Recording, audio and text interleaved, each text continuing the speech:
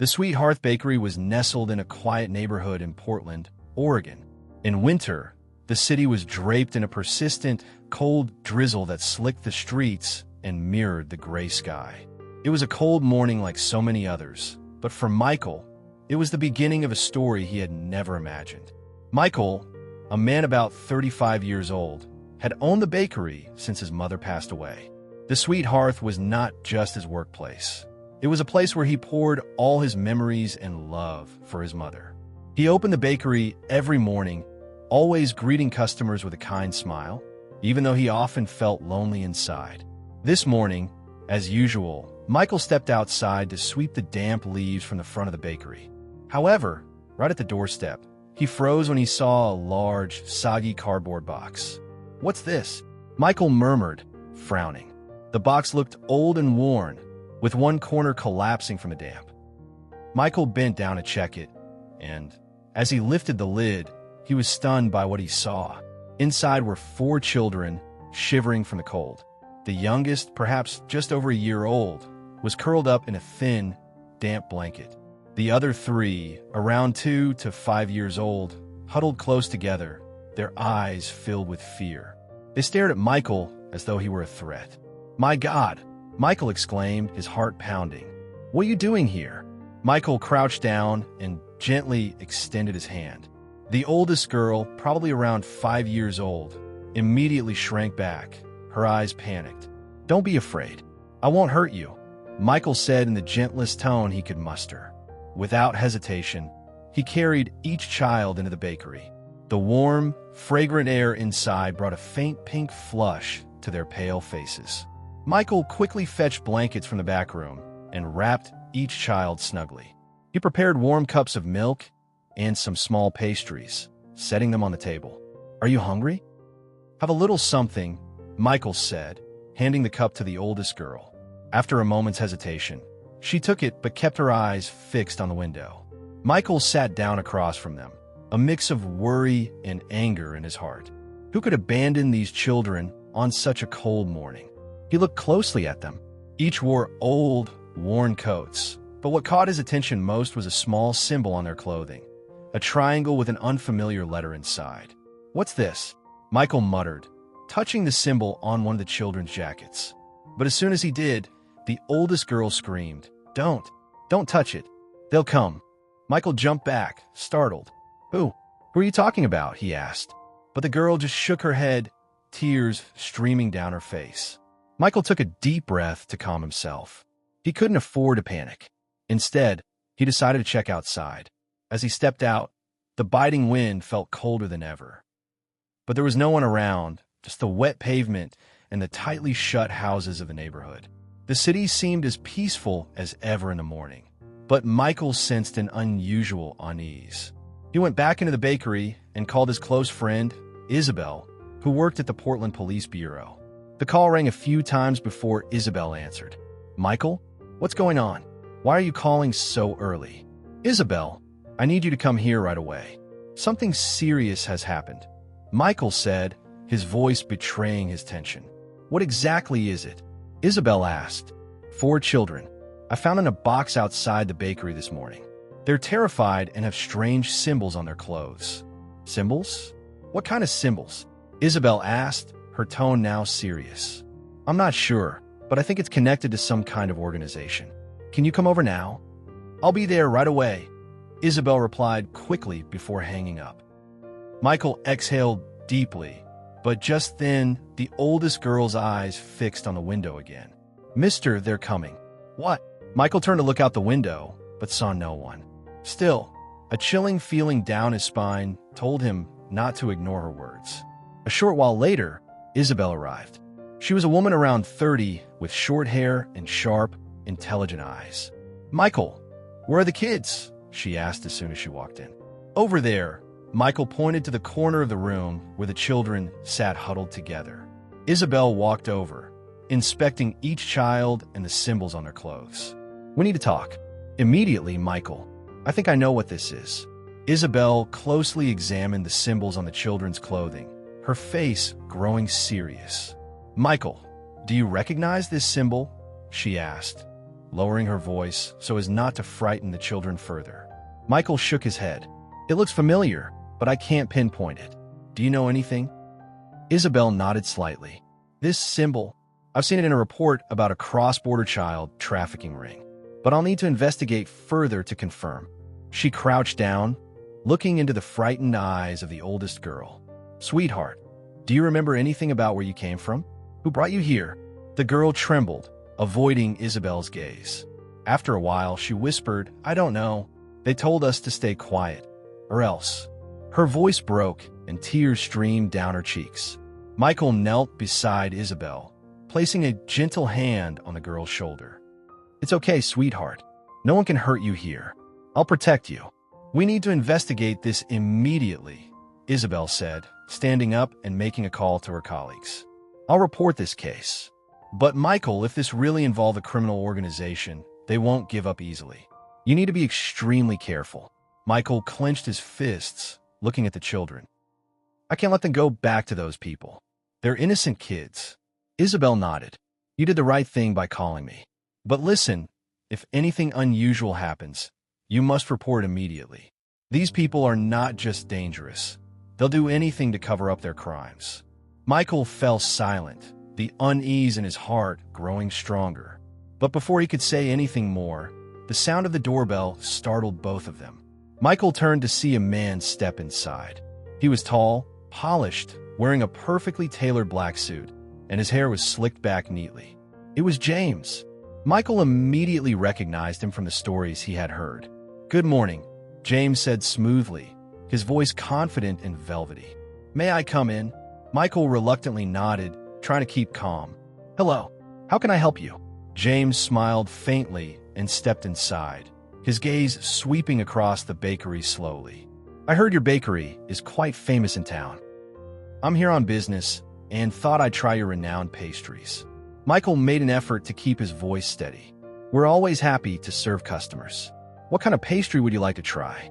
James didn't answer immediately. Instead, his eyes lingered on the corner of the room where the children were huddled together. Michael quickly stepped forward, blocking his line of sight, trying to conceal their presence. Just some kids belonging to a customer, Michael said quickly, attempting to sound casual. They're waiting for their parents to pick them up. Really? James smirked, his eyes still scrutinizing the room. This city is so peaceful. I like the atmosphere here. Oh, I'll try your apple pie. I hear it's your specialty. Michael nodded and went into the kitchen to get the pie, but his mind raced with questions. He knew James wasn't here just to buy pastries. The way he looked at the children, the calculated manner of his every move, it all signaled impending danger. Meanwhile, Isabelle watched James from behind the counter. She didn't say anything, but Michael knew she was analyzing every gesture the man made. When Michael returned with the pie, James's demeanor had shifted. He stepped closer, his gaze turning cold and sharp. Listen, Michael, James said quietly, but his icy tone sent shivers down Michael's spine. I think you understand that there are things you shouldn't interfere with. Be careful. Michael clenched his fists but didn't react. He didn't want James to see that he was worried. I don't understand what you're talking about, he replied. James smirked. Good. I hope there won't be any misunderstandings. He took the apple pie and turned to leave. But before stepping out the door, James glanced back at Michael one last time. Have a nice day, Michael. The door closed, but the tension in the room lingered. Michael turned to Isabelle. What do you think of him? Very dangerous, Isabelle said. James isn't someone we could take lightly. I'll look into him further, but you need to be extremely careful, Michael. If they find out you're protecting the children, you'll become their target. Michael sighed. I don't care what they do to me. I just want to make sure the kids are safe. Isabelle looked at Michael seriously. You're a good man, Michael, but don't act alone. I'll do everything I can to help you, but we need a concrete plan. Michael nodded, but he knew in his heart that things wouldn't be simple. After Isabelle left, he went back to the children. The oldest girl, Lucy, looked at him with tearful eyes. Mister, he's a bad man. Don't let him take us. Michael sat down beside Lucy and placed a comforting hand on her shoulder. I won't let that happen. I promise. Lucy remained silent, but Michael could still see the fear in her eyes. He knew that keeping this promise wouldn't be easy, especially with someone as dangerous as James involved. After James left, Michael felt the weight of pressure bearing down on him. His small bakery, once a place of peace and comfort, had now become the center of an unpredictable danger. He looked out the window, where James's footprints were etched into the wet pavement, leading to a sleek black car parked at the end of the street. The car didn't move, as if it were waiting for something. Michael took a deep breath, trying to steady himself. He turned back and saw Lucy still sitting huddled up, her gaze fixed on the window. The three younger children seemed exhausted, fast asleep on the couch wrapped in the warm blankets he had brought out. Michael sat down next to Lucy. "Do you know who he is?" he asked softly. Lucy nodded slightly, her eyes red and swollen. "He's one of the people who took us. I don't know his name, but he and the others always yelled at us. They said if we didn't listen, we wouldn't get to eat." A wave of anger surged through Michael, but he kept his voice calm. "Do you remember anything about the place? Was it a house or somewhere else?" Lucy trembled, hugging herself tightly. "It wasn't a house, just a big cold room. I don't want to remember anymore." Tears spilled down her cheeks again, and Michael felt his heart ache. "All right, sweetheart, we won't talk about it anymore. But I promise you, no one will hurt you again," Michael said gently, brushing her hair. Lucy looked up at him. "You won't let him take us, will you?" Michael looked into her eyes, his own filled with determination. "No, I won't let that happen. I promise." Michael tried to keep himself busy by tidying up the bakery, but his mind couldn't stop racing. Isabelle had promised to send more information about James, but Michael knew she couldn't intervene openly without sufficient evidence. That afternoon, the doorbell rang again. This time, it was an older woman, Mrs. Rose, a regular customer at the bakery. Mrs. Rose always brought a cheerful atmosphere with her lively chatter and warm smile. "Michael, it's so dreary today, isn't it? Do you have any apple pie? My grandkids love it," Mrs. Rose said, her eyes twinkling. Michael forced a smile, but Mrs. Rose's eyes quickly noticed the corner of the room where the children were still sitting. "Oh, whose kids are those, Michael?" "They're adorable," she asked, her eyes lighting up. Michael hesitated for a moment. He couldn't tell the truth, but he didn't want to lie either. "They're the kids of a friend. She had an emergency and asked me to look after them," he replied, trying to sound casual. "Well, that's kind of you," Mrs. Rose said with a smile as she picked out her pastries. Before leaving, she paused for a moment, giving Michael a curious look. "Michael, I don't know what's going on, but if you need help, don't hesitate to ask." Michael smiled, grateful for Mrs. Rose's concern. "Thank you, but I'm fine. Take care on your way home." When the door closed behind her, Michael exhaled deeply. He didn't want anyone in the town to get involved in this situation, but he also knew James's appearance was no coincidence, and the risk of the children being discovered was growing by the minute.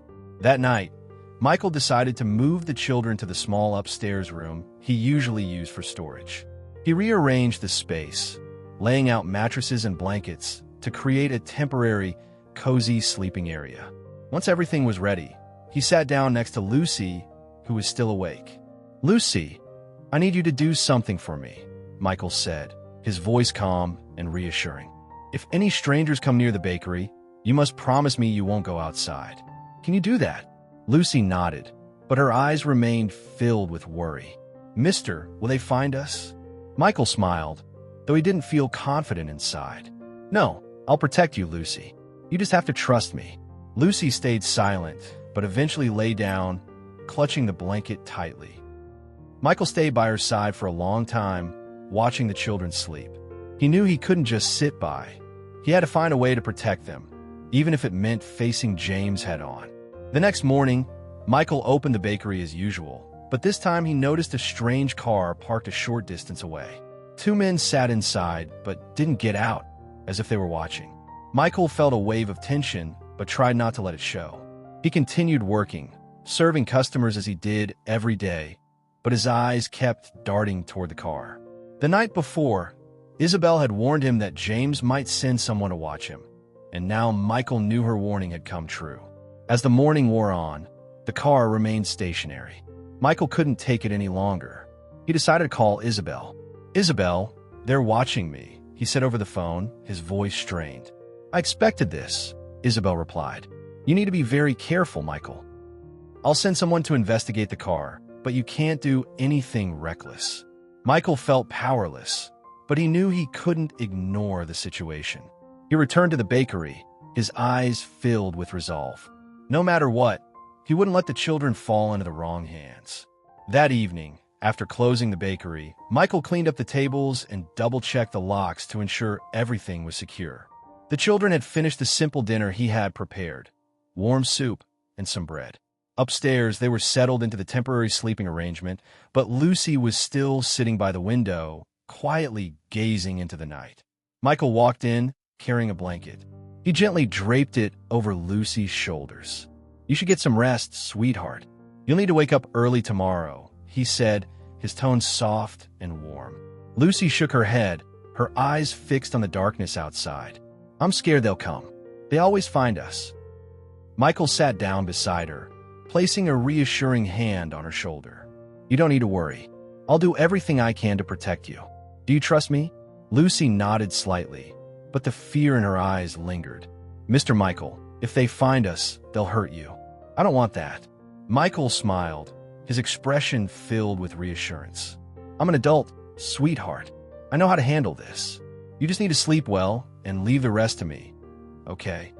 Finally, Lucy lay down, though Michael knew she wasn't entirely at ease. He sighed and went back downstairs.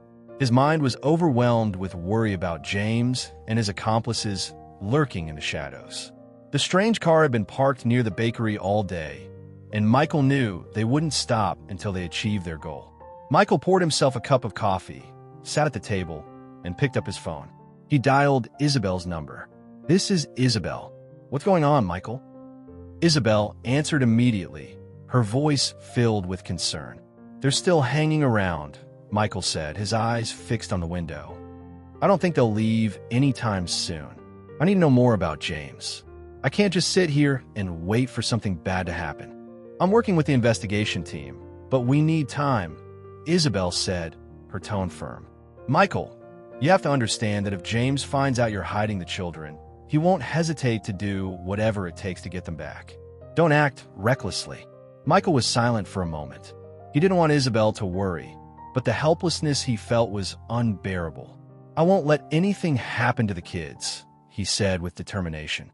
All right, I'll try to speed things up on my end. But remember, you don't have to do this alone. If you need anything, call me immediately. Michael nodded, even though Isabelle couldn't see it. Thank you, Isabelle. After hanging up, Michael sat in the dark, his thoughts racing. He looked up at the staircase leading to the room where the children were sleeping. They had already endured too much pain and fear. Michael swore to himself that he wouldn't let anyone hurt them again. The next morning, when Michael opened the bakery, he noticed the strange car was gone. However, the sense of unease didn't fade. Michael knew this temporary calm wouldn't last. He carried on with his daily routine, trying not to attract attention. The first customer of the day was Edward, a middle-aged mailman. Edward was a cheerful man who always brought a relaxed atmosphere whenever he stopped by. Good morning, Michael, Edward greeted, pulling off his rain-soaked beanie and placing it on the counter. What's special on the menu today? Michael smiled, masking his worry. Apple pie is still our best seller. Want to try some? Of course, but today I'll take 2 slices. One for me and one for my grumpy wife at home. Edward laughed heartily. Michael prepared the pie for Edward, but when he turned back to the counter, Edward had noticed the small pairs of shoes neatly placed in the corner of the room. Michael, you've got some little guests? Who are they? Edward asked curiously. Michael froze for a moment, but quickly regained his composure. Oh, they're the kids of a friend. I'm watching them for a few days. Edward looked at him, his eyes seeming to want to ask more questions, but he simply smiled. You're a good man, Michael.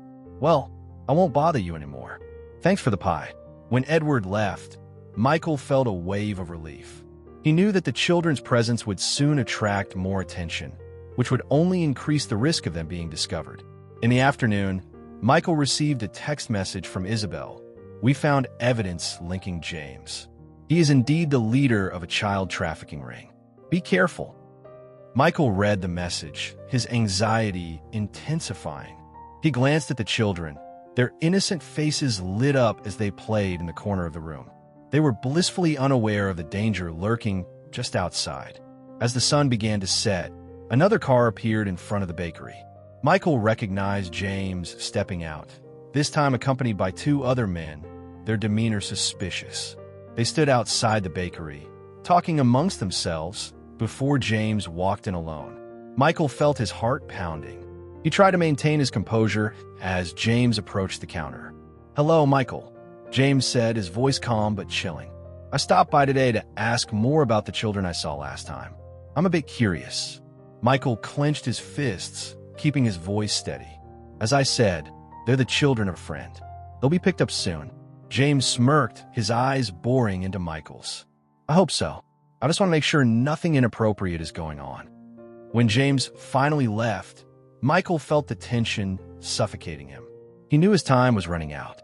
After James left, Michael stood behind the counter for a long time. Every word James had said cut into his mind like a knife. Make sure nothing inappropriate is going on. The words were nothing less than a veiled threat. Michael understood that James knew everything and wouldn't stop. He went upstairs to the small room where the children were playing with a few old toys he had found in storage. Lucy looked up at him, her eyes filled with worry.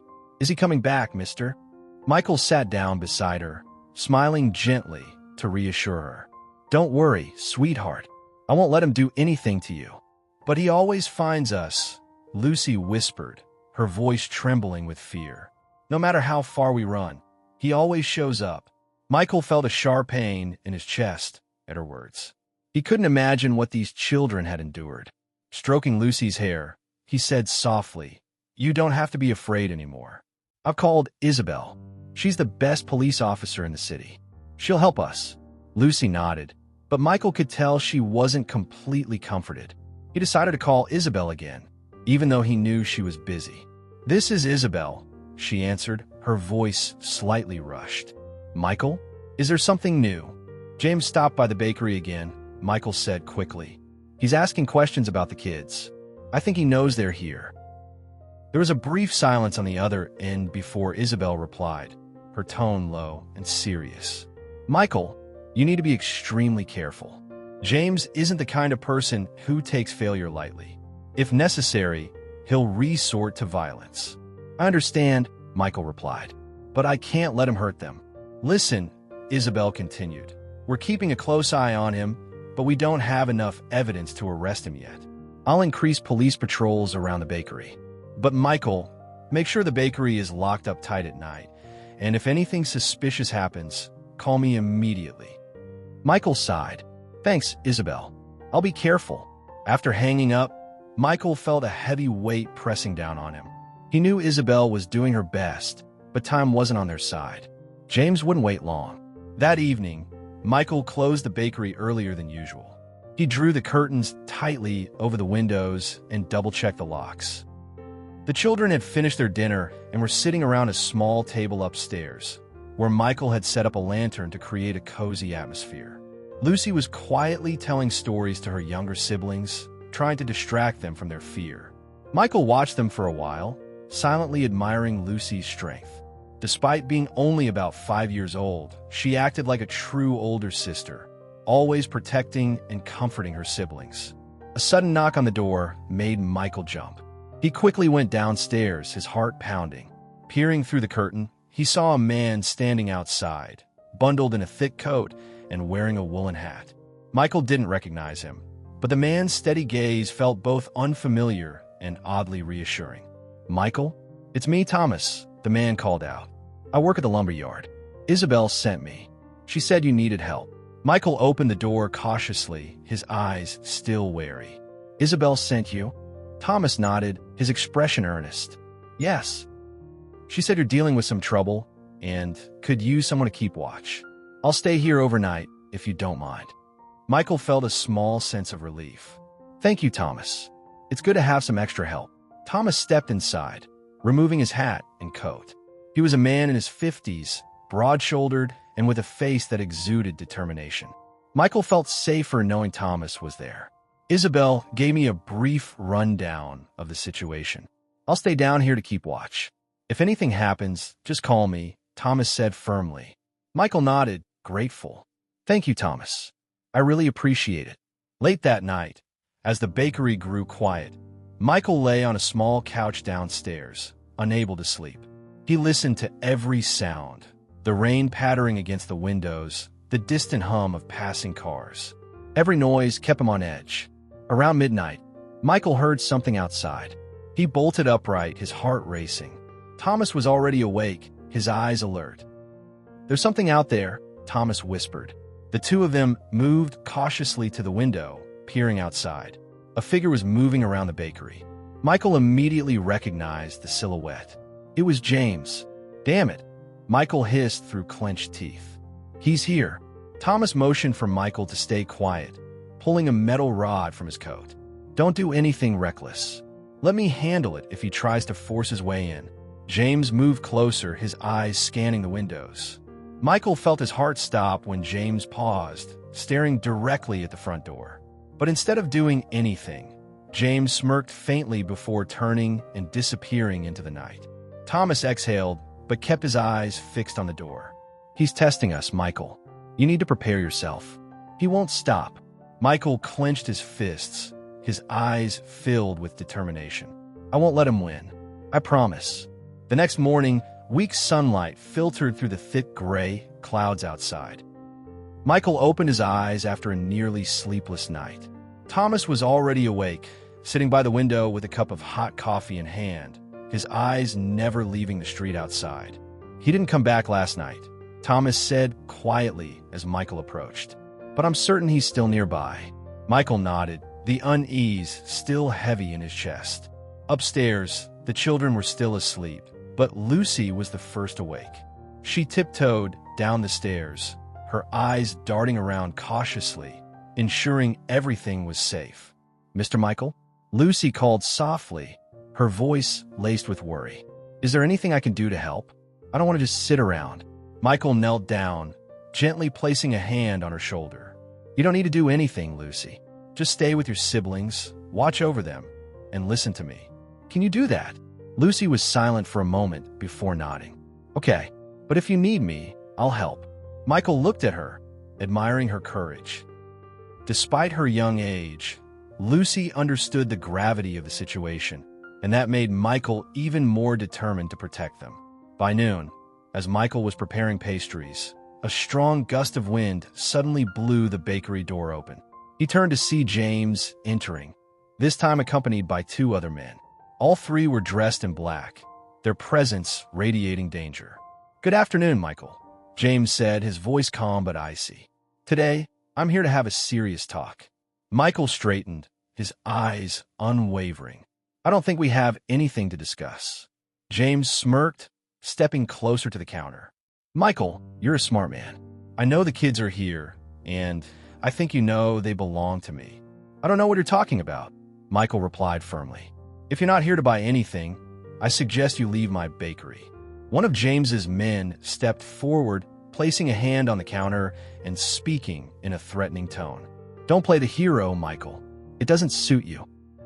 From the corner of the room, Thomas stepped forward, holding the metal rod firmly in his hand, his eyes locked on the three men. You're not welcome here. If you don't want trouble, you better leave now.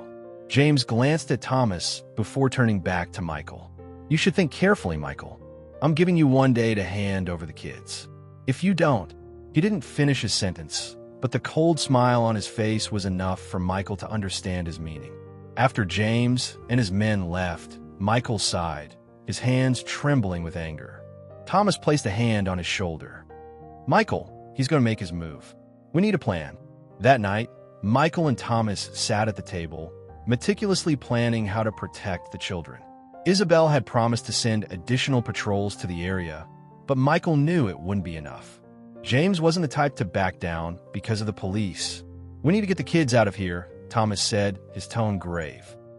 He won't attack if he's not sure they're here. Michael shook his head. But where would we take them? We can't keep running forever. Isabelle might be able to arrange a safe place, Thomas suggested. We just need to buy some time until she can set it up. Michael nodded, his heart heavy with worry. He knew time wasn't on their side, and James could strike at any moment. Around midnight, Michael was jolted awake by an unusual sound. He sat up, peering out the window, and saw a car parked right in front of the bakery. 3 figures stepped out, all dressed in black. "Thomas," Michael whispered urgently, waking the man who had dozed off in a chair. Thomas immediately sprang to his feet, his eyes sharp with alertness. "They're here." The two moved quickly to the front door. Michael gripped the rod Thomas had given him earlier. "I'll buy us time. You go upstairs and get Lucy and the kids ready." Thomas nodded and hurried up the stairs. Michael stood at the door, taking a deep breath before opening it. James stood there, his smirk even more sinister than before. "Michael, I didn't think you'd be this foolish. I gave you a chance, and now I have to handle this myself." "You're not coming in here," Michael said firmly. James chuckled coldly, signaling for his 2 men to step forward. "I don't think you can stop us." Michael raised the rod, ready to fight. "I've called the police. They'll be here any minute." James paused, his eyes narrowing with challenge. "You're lying. But no matter. I'll teach you a lesson." One of James's men stepped forward, but before he could act, Thomas charged down the stairs, wielding a wooden chair. He struck the man hard, sending him sprawling. The other man drew a knife, but Michael quickly struck his hand, causing the blade to clatter to the floor. James stepped back, his expression furious. "You'll pay for this, Michael, I promise." As the sound of police sirens echoed in the distance, James signaled his men to retreat. They scrambled into the car and disappeared into the night, leaving Michael and Thomas breathing heavily in the quiet aftermath. Michael glanced at Thomas, who was also exhausted, but whose eyes were filled with determination. "We can't let him come back." "Don't worry," Thomas said, patting his shoulder. "Isabelle will have a plan soon." "You did well, Michael." Michael nodded, but he knew this battle was far from over. The sound of police sirens echoed through the quiet night, breaking the tense silence that had enveloped the Sweet Hearth Bakery. James and his accomplices had fled, but the arrival of the police brought the first glimmer of hope to Michael and Thomas after days of anxiety. Isabelle stepped out of the first car, her face reflecting intense focus. "Michael, are you okay?" Isabelle asked, her eyes quickly scanning the disarrayed bakery after the confrontation. "Did they leave?" "They just left when they heard the sirens," Michael replied, his voice still shaky. "They know the kids are here, Isabelle. If it weren't for Thomas, I don't know what would have happened." Isabelle looked at Thomas and gave him a small nod. "Thank you for helping, Thomas. We'll handle this soon." Thomas shrugged. "It's nothing."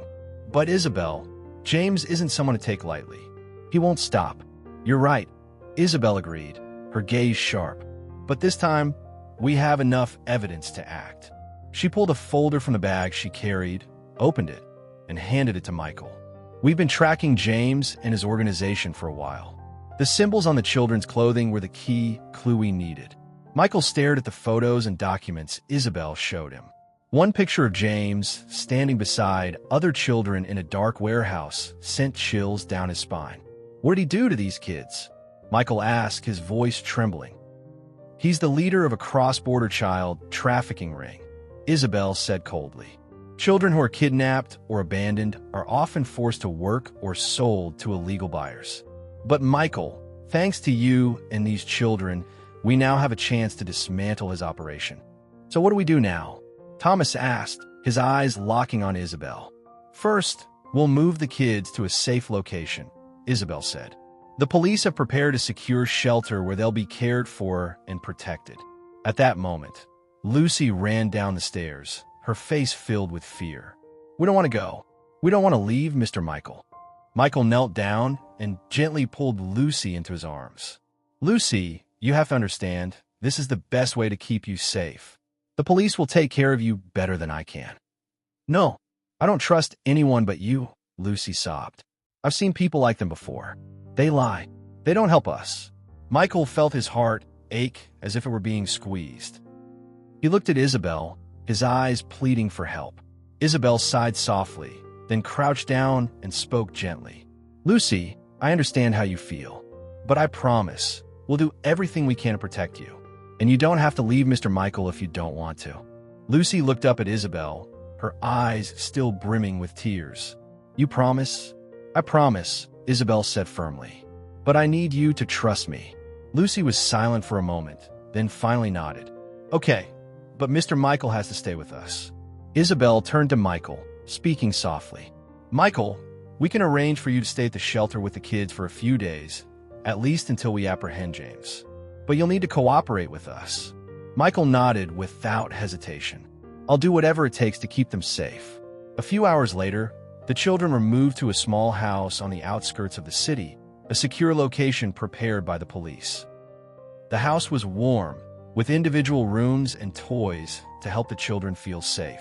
Isabelle and several other officers remained on-site to ensure security. Once everything was settled, Michael sat down next to Lucy, who still clung to his hand tightly. "See, Lucy? This place is great, isn't it?" Lucy nodded but still looked worried. "Mr. Michael, he won't find us here, will he?" Michael smiled, trying to reassure her. "No, sweetheart. The police are protecting us. No one can hurt you now."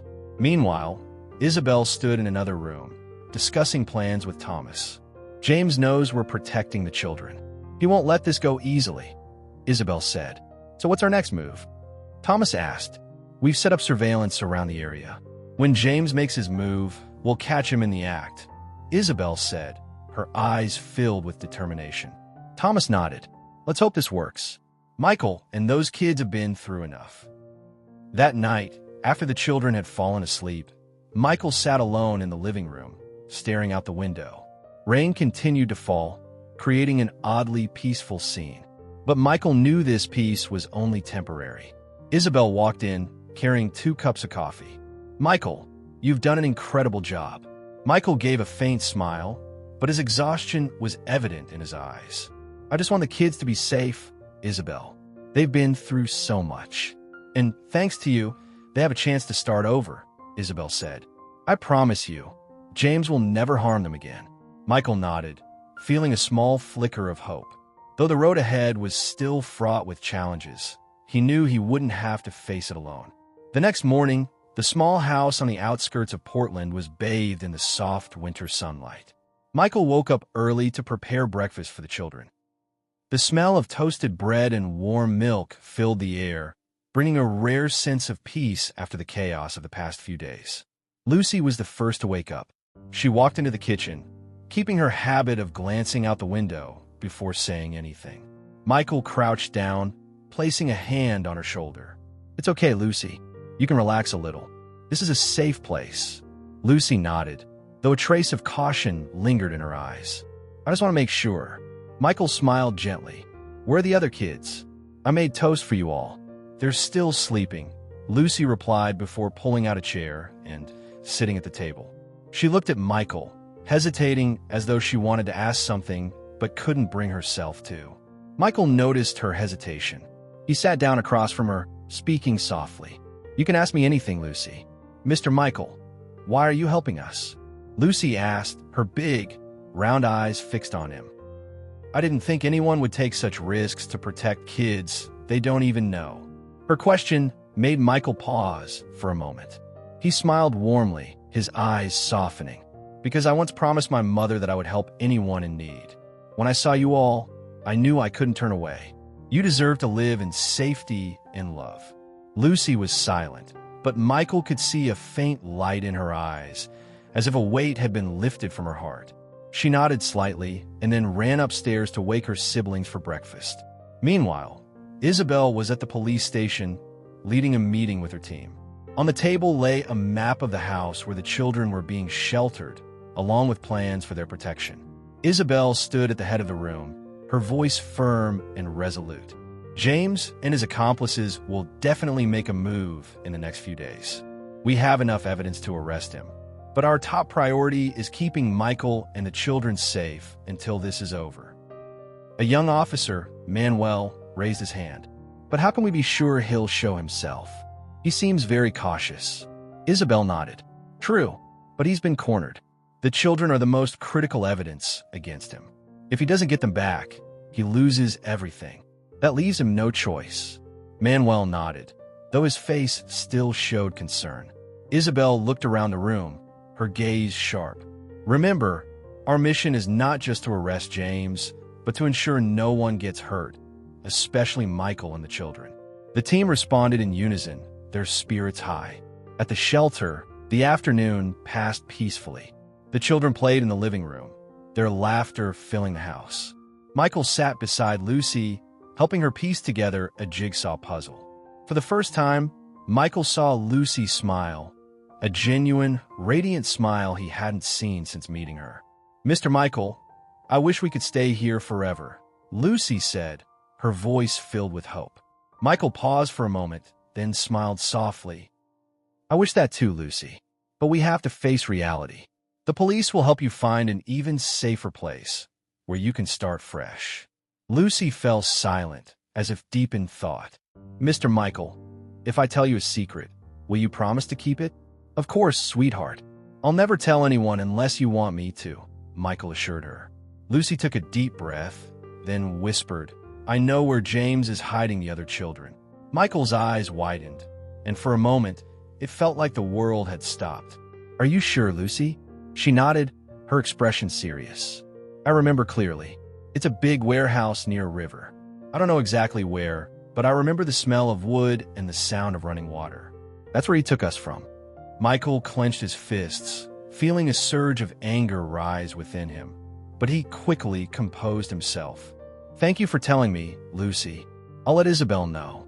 This could help the police rescue the other children." Lucy looked at Michael, trust evident in her eyes. "Are you sure?"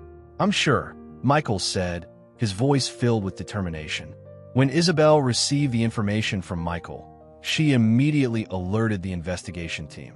Lucy's details were the most important lead they had, and Isabelle knew they couldn't miss this opportunity. "I want my team ready in an hour," Isabelle ordered. "We'll search every area near the Willamette River within a 10-mile radius. James won't escape this time." Manuel stepped forward, his voice tinged with concern. "What about Michael and the kids? If we leave them, will they be safe?" "I'll assign officers to stay behind and protect them," Isabelle replied. "Michael has done an incredible job, but now it's time for us to act."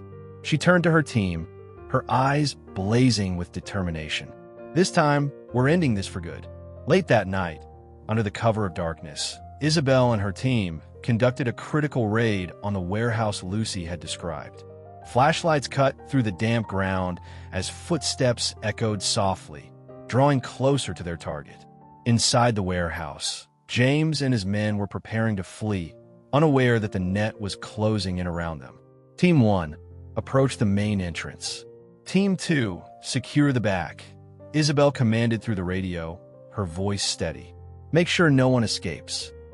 The sound of heavy boots reverberated as the police stormed the doors. James jerked in surprise, his eyes wide with panic.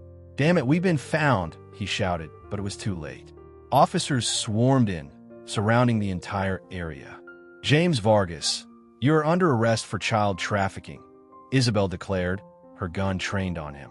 "Drop your weapon and surrender immediately." James looked around, realizing he had no way out. He tried to resist, but the police subdued him in seconds.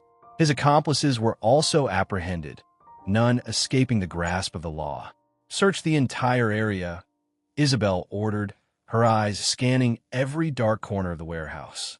A voice called out from inside. "There are children here." Isabelle ran quickly toward the children, her heart sinking at the sight of more than a dozen frightened faces huddled together in the corner of the warehouse. "It's okay, children. I'm a police officer, and we're here to get you out of here," she said, her voice as gentle as possible. The children were led outside, where medical staff was waiting. Isabelle looked at their innocent faces, feeling a wave of relief wash over her. Finally, they had done it.